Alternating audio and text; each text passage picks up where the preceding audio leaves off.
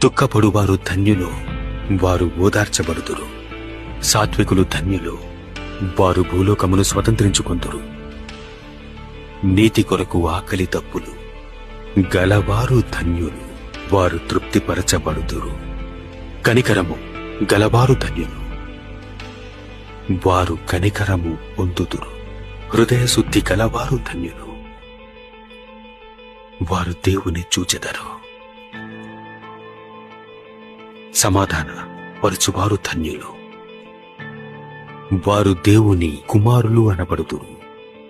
నీతి నిమిత్తము హింసింపబడువారు ధన్యులు, పరలోక రాజ్యము వారిది.